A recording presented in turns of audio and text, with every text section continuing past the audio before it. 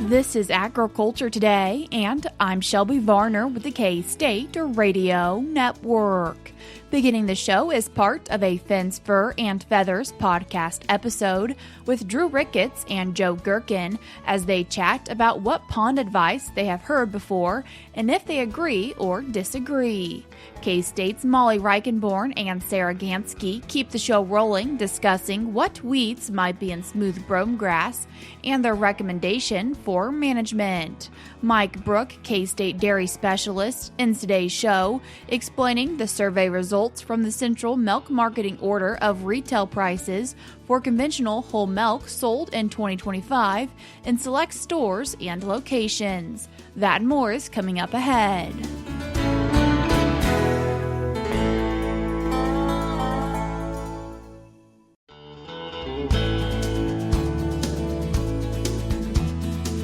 You're tuned in to Agriculture Today, and we start our Tuesday show with part of a Fins, Fur, and Feathers podcast episode from K-State wildlife specialist Drew Ricketts and K-State fisheries and aquatics extension specialist Joe Gerken.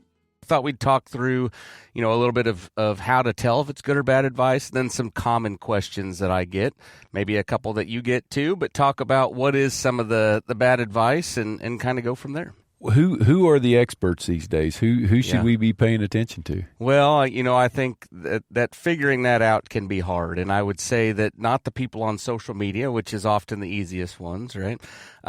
You give the advice of look at what people are selling, right? And so if people have something to sell you, then it's not that they're necessarily lying to you, but they might kind of cherry pick some of the directions of what they're going to share with you. Yeah. So I think kind of looking at that and thinking about what they have to sell, look at the credentials of the people. So, where do they come from? What makes them an expert in this field? Yeah. That term expert, has different meanings to different people, but that can be academic. It can be career path that you've gone on. There's different way to get those credentials. And then sources, if you're giving advice, you should be able to go back and say, here's why I'm giving that advice, or here's the research, or here's, the information that I got, and lead you to that water, kind of speak, of where the actual advice comes from. Let's just jump into this. What's some examples of bad advice that you hear on the fishery side of things? Yeah, a common one I'm hearing this time of year is my pond isn't clear, and so I need clear water because clear water is good water. Yeah. Right? And that, I think that we all, if we're thinking about drinking, I don't necessarily want to drink cloudy water. But from a water quality standpoint, just clear water isn't always better. And, sure. Having turbidity in your water, so turbidity is stuff in the water, right? How clear is it when you pick it up? More turbid would be less clear. Yep. Having that is a good thing. And so if you look at that water under a microscope, you're going to see some things like dirt. There's also going to be some organisms in there. So you're going to have really, really small plants called phytoplankton. You're going to have small animals called zooplankton. All of those form the base of the food web, right? So if we have really clear water, we don't have any of that, we're going to not have any food. So that's a really good example of something where clear water, I understand why people think that's better, but it's generally not for a pond environment. Yeah. What about catch and release, Joe? Yeah. One of the biggest things I get called for is stocking fish. I get calls all the time, and people say, hey, I want to stock my pond. And we start over from there and say why, right? Yeah. And a couple things that commonly happen. One, people commonly put bait fish in their pond every year. Those bait fish are about $15 per pound right now, and it takes 10 pounds to get 1 pound of predator. Yeah. So that's $150 per pound of bass that you want to grow. But the other thing people want to do is stock more bass. They want bigger bass. A lot of times they're catching small fish, and they want to get bigger ones, so they think putting more little bass in so they can grow up will help with that. And most of the time what they need to do is catch and release, right? And so the advice there would be to stock more fish, and that'd be the bad advice, right? Yeah. So in our ponds are a closed system, and so there's only so much food there.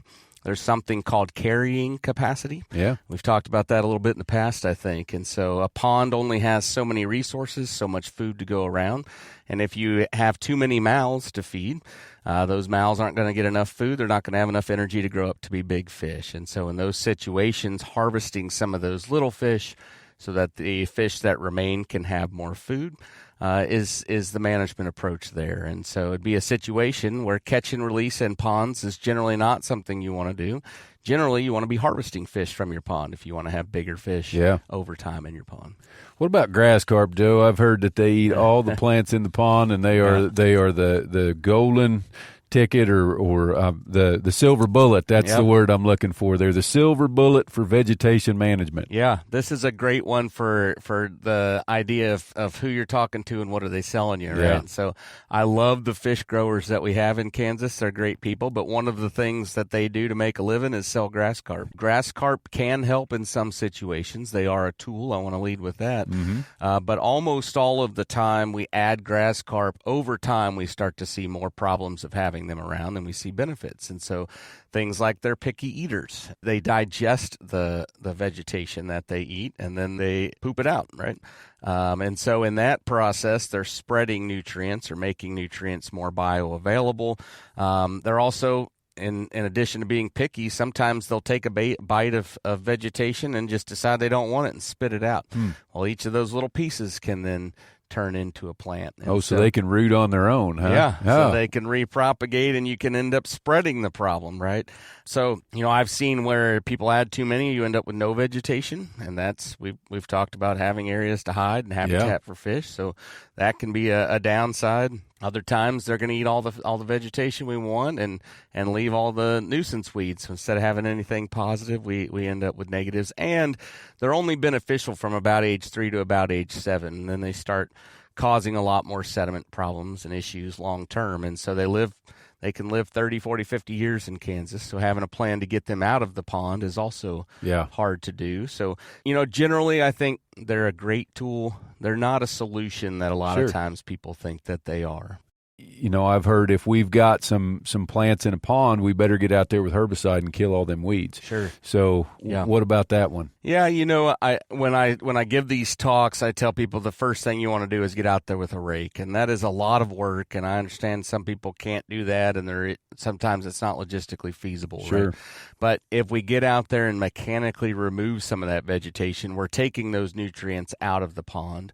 And remember, that pond is a closed system, so anything that is in that pond is probably going to stay in that pond. And so if we just go out with herbicide, we can kill the plants that are actively growing, but they're going to decay. They're going to go down to the seed bank. There are millions or probably billions of seeds at the bottom of most ponds. Yeah. Right?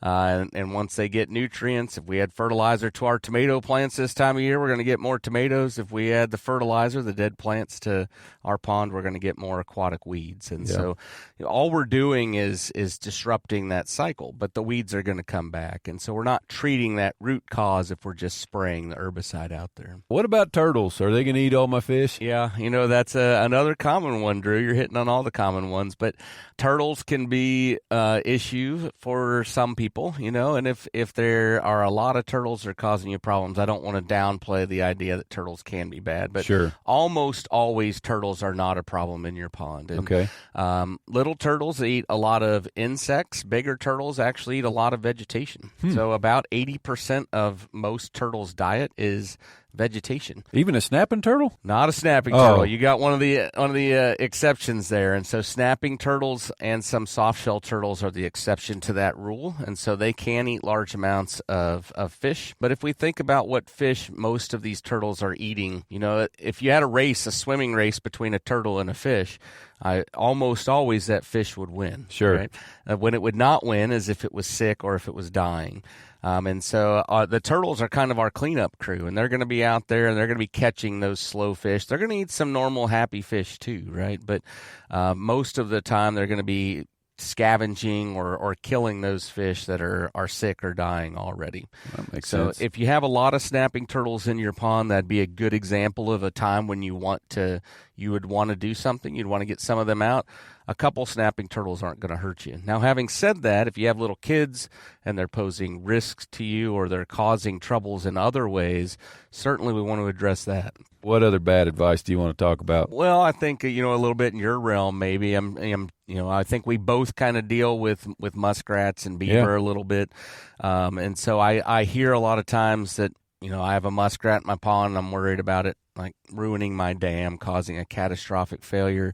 And I've seen that a couple of times in like septic lagoons, so really small dams that aren't substantial, but for the most part in a well-constructed big watershed dam, the muskrats just aren't making deep enough dens or big enough tunnels to see those catastrophic failures. And so they can cause other risks. They can make some areas where you or an animal might trip on it. You might hurt your leg or something like that. And so and they love vegetation, and so there can be issues with eating or cutting down vegetation that you want to keep in your pond. So they can cause issues in those ways, but they're not going to cause a dam failure most of the time in a well-constructed pond. What else about ponds, Joe? Well, I think like I always say, I think getting out to your pond and being around it, kind of looking at it is a great place to start and think about some of those questions. I'd encourage the people watching on YouTube or our listeners to send in what's some of the advice that you commonly hear, right? Yeah. And let us know, and it'd be fun to do for aquatics and terrestrial. I think it's fun when we get that feedback and get those questions and kind of know, is this the right thing we want to do or not? And whether it's a rapid fire session like this or a whole podcast episode, that's where we get some of our best episode ideas. Once again, that was K-State's Joe Gerken and Drew Ricketts with part of their Fins, Fur, and Feathers podcast episode.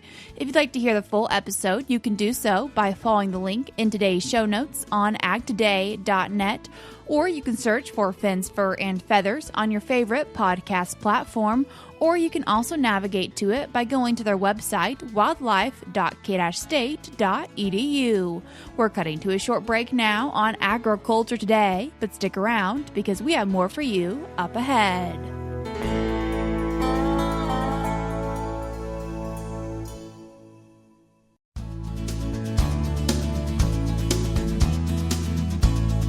You're tuned in to Agriculture Today, and we continue our show discussing weed management in Smooth Bromegrass and Hayfields with K-State Rangeland Management Specialist Molly Reichenborn and K-State Weed Specialist Sarah Ganske. Molly, Sarah, I appreciate both taking the time to join us today. Thanks, Shelby. Thanks for having us, Shelby. When we're looking at our hayfields and pastures for this time of year, is the condition of the brome really making an impact on maybe how many weeds producers or growers might be needing to control? Yeah, so we've heard a lot, and we did last year hear a lot about fall armyworms and other worms that may have damaged stands substantially last year. And the problem is folks can have kind of like weak spots in their stand, either from that or for other reasons too that have stressed brome stands. So they get these weak spots in the stand that then kind of give us an opening for weeds to establish and come up. And so in recent weeks, we've been getting calls from folks asking about doing weed control in those stands. And a lot of times it's in those spots where we have kind of weak points where the stand's not as strong, where weeds tend to come up. What types of weeds are we seeing in these fields? I'd say for my part here, some of like annual bromes, horse nettle, lots of like annual fleabane or daisy fleabane. Heard a lot about that. Any others for you, Sarah, that you can think of? Right now, the brome fields that I'm passing through or passing by, I'm seeing foxtail species. I've had some questions about hemp dogbane. Oh, yeah. Even, sometimes guys are asking questions, kind of planning ahead. They're anticipating those kind of less competitive weeds, but the ones that come up in the spring, the henbits, the chickweeds, things of that nature. So I think the answer to what weeds right now is it's a gamut. It's running the gamut as far as what species we've been talking about. For this wide variety of weeds, should we be trying to control them now or waiting for when that application would be the most effective? So it sort of depends on the species that you're targeting. Some things to think about if we focus in on those weedy brome species, so downy brome, Japanese brome, cheat, things of that nature. Really, a lot of those weeds are going to germinate in the fall. And so, thinking about things that we could do this fall that might help can be important. Not a ton of options there. One that I've been talking to folks about is there's some research out of the Northern Plains looking at aminopyrrolid or milestone for control of things like downy brome. And it looks like that if you apply that anytime between when the downy brome is in the seedling stage all the way up through boot, you can actually reduce weed seed production of the downy brome. And so if we think about the fact that downy brome is an annual weed and it kind of thrives on having that, big seed bank in the soil, if we can reduce weed seed production, that can help us. If we couple that with some just good forage management, we can start to make some progress on cleaning up pastures that way. If we're talking about perennial weeds, sometimes we can talk about late summer applications, but a lot of times we're going to want to make those applications kind of around the time of flowering. So thinking about hemp dogbane that I mentioned earlier, we can think about applications of growth regulator herbicides. Depending on the species of your pasture, that could be a fluroxapyr product like Vista, or even a 2,4-D product, can give good control if we wait until next spring. You mentioned forage management, and so what are some aspects that growers should take into consideration that support chemical control not being maybe the only option to support your brome field moving forward? Yeah, so for me as a weed scientist, I think the best weed management program in pasture and forages is just a good, dense, healthy stand, right? And so anything we can do to promote the growth of that forage. So proper fertility, making sure that you pulled a soil test and you know what you need, not only in terms of nitrogen, right, but also in terms of phosphorus and potassium and other nutrients potentially. I think grazing and haying management is very important, and giving time for the brome to recover. One of the things, again, if we focus in on those weedy brome species, which is probably, I don't know, Molly, you can correct me here, but I think that's probably the number one in terms of frequency and also of calls, and also in terms of the difficulty of management, right? And the reason that's so difficult to manage, those weedy bromes are so difficult to manage, is that they have very similar life cycles, very similar herbicide tolerances. So, thinking about just giving that brome time to rest and recover is important, and then also reducing that weed seed bank there. So sometimes, we make recommendations to do things like mow, right? If you have a bunch of brome that is getting ready to produce seeds, maybe going out and mowing it before those seeds actually are produced and are viable. When I say brome there, I meant the weedy bromes. Before those seeds are viable, that could be an option. The other thing that mowing can do for you is if you have, large weeds or in places, a dense stand of whatever kind of plant material, just going through and mowing that can actually help make our herbicide applications more effective. Right. So not only can we use these non-chemical tactics kind of on their own to help the brome, but we could also use them to help the herbicides by exposing new growth, by helping to get herbicides to the soil. For example, in the foxtail side of things, maybe we want to use a herbicide, quinclorac or facets would be a brand name of that product. You want to make sure that you're going to get to the seedlings, you're going to get to the soil. So mowing ahead of that application can be helpful as well. What are some long-term considerations people should take into account before they go start managing their field? So one thing you want to keep in mind, especially if you're thinking about doing some chemical management now, is if you are thinking about reseeding your stand in any way, you want to make sure that you read the herbicide label and see what the replant interval is. So in some cases, if you're talking like 2,4-D, have about a 30-day replant interval. Some others are quite a bit shorter or not an issue, but the window for like reseeding stands is coming up here in the fall. So if you are planning to doing weed management, make sure you keep that in mind when you do your herbicide applications. One other thing I was thinking of just now is that, and a lot of our listeners are aware of this, right? A lot of the herbicides that we can apply that are effective for weed control also carry a pretty big risk of injuring brome species. So, things that I mentioned aminopyralids, things that contain aminopyralid are likely to cause some injury.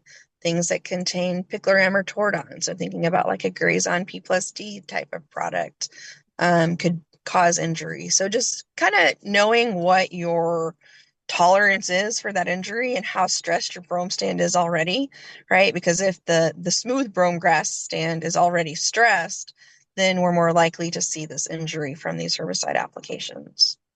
When you say injury in this context, just likely looking rough for a little while and we'll come back and we're not killing it, correct? We shouldn't kill it, but if we're in a situation where you're wanting an additional cutting, some of these herbicide applications could definitely make that no longer a possibility, just because it's going to stunt the growth and just, the brome is going to look a little rough for a while until it gets good growing conditions again. If we do have like robust populations of fall armyworms again this year, if the stand is stressed, if you do an herbicide application and then they get hit after that or before that, whatever it might be with armyworms, it's really going to be hard for the stand to come back. It's hard to know. We don't really know for sure exactly what that will look like. I'm sure it depends on how severe the infestation is and what it looks like. But anyway, there can be a lot of stressors on brome stands coming around this time of year. So just do your best to make herbicide applications judiciously if you feel like that they will be effective in reducing whatever your weed target is, while not basically tipping too far in the other direction of damaging your stand. Any final thoughts as we are talking about this? I think if you want to have a final thought here, it would be that, in a lot of cases, waiting until spring is probably the best option folks have, or certainly until temperatures cool off, and you're trying to target some of those fall germinating weeds. Molly, any final thoughts from your side? No, that sounds good. That's always rough because people don't really want to hear it. Like, you really probably should wait at this point, which I feel like I tell people not infrequently. It's like at this point, it's like you're probably better off waiting or mowing if it hasn't set seed, or something like that. But really for herbicide application, it's like it's probably not worth the risk at this point. My number one right now has been to mow it off. Yeah. And then that way you have a good shot at a very effective application either in the fall or in the spring. Yeah, same. Sarah, Molly, I appreciate both taking the time to join us today. Thanks, Shelby. Thank you, Shelby. That was Kansas State University weed specialist Sarah Ganske and Kansas State University rangeland management specialist Molly Reichenborn. If you would like to read more on this topic, you can do so by checking out a past Agronomy E-Update article titled Summer Weed Control Options in Smooth Bromegrass Hayfields and Pastures. I will link it in today's show notes on agtoday.net, or you can go find it for yourself by going to agronomy.k-state.edu/e-updates. This is in the July 23rd e-update series. You can also, while you're there, get signed up to receive these weekly e-newsletters. We're cutting to a short break now on Agriculture Today, but stick around because we have more for you up ahead.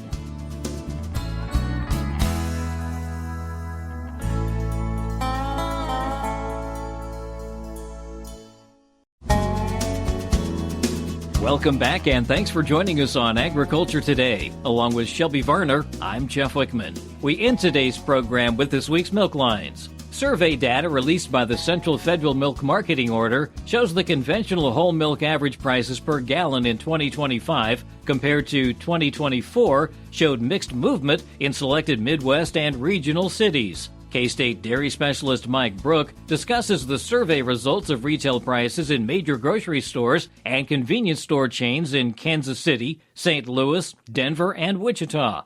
Today I'd like to visit with our Kansas dairy producers and dairy consumers across the region as we look at the retail prices for whole milk here in the central region. Every year, the Milk Market Administrator in Kansas City takes a little bit of time to put together some data concerning what fluid milk is worth in the marketplace, as well as what our average prices are on the farm, and does a comparison of those two. So the way they conduct this is they look at the fluid milk prices, and what they're really looking at is the price of whole milk in different locations. They look at St. Louis, Missouri, Denver, Colorado, Kansas City, Missouri, and Wichita, Kansas. They look at the average of the two largest retail grocery chains in each of those cities, as well as the largest convenience chain. So the actual product that they look at in an individual store or convenience store may be different based on the most common brand that is actually purchased from each of those retail outlets. So they do this on a monthly basis, and then report how that varies throughout the year. So as we look at the average prices that we see for whole milk under this survey, on a national basis, the average price averages over the last 10 years from about $3.25 a gallon up to just over $4 a gallon. And there's variation, obviously, in what we see within some of the regions. Here in the 5 cities that are surveyed here in the central region, as we look at the cost of whole milk in the grocery store average for the year of 2025, on an average basis, the average was $4.42 a gallon. Kansas City averaged $6.05. Denver, $4.43. St. Louis, $4.87 a gallon. And Wichita came in at $4.51 per gallon of whole milk. So as we look at those prices, there's considerable variation there between the retail outlets. And as you look at your milk check as a dairy producer, obviously there would be some variation within the year. But when we look at average prices paid throughout the year, maybe not as much variation as what we see in the prices charged to consumers for purchasing milk in grocery stores and convenience stores. As a producer, what can you do about this? Well, not a lot, obviously, but I think it is important for you to note that your consumers, those that are consuming the milk that you produce on your dairy farm, are paying different prices depending on which cities they might be located in and which grocery store chains maybe they have the opportunity to purchase at as well. So there would be some variation there, as you might expect, but maybe it's a little greater than what you would have expected. And I know as I looked at the data, I thought it was a little more variation than what I was expecting to see over the year of 2025. So did anybody decrease in what they were needing to pay for milk in 2025 compared to 2024? And actually, in the city of Wichita, there was a decrease there, fairly slight from 2024, but a decrease at any rate for 2025. All of the rest of the locations surveyed saw an increase, modest, generally 1 or 2% increase in the price of whole milk during the year of 2025 compared to 2024. This is Mike Brouk with K-State Research and Extension, encouraging our dairy farmers to be aware that depending on where our consumers are located, they may be seeing some variation in the prices that they have to pay in the grocery store for dairy products. Thanks, Mike. And that'll do it for this edition of Agriculture Today. For Shelby Varner, I'm Jeff Wickman. This is the K-State Radio Network.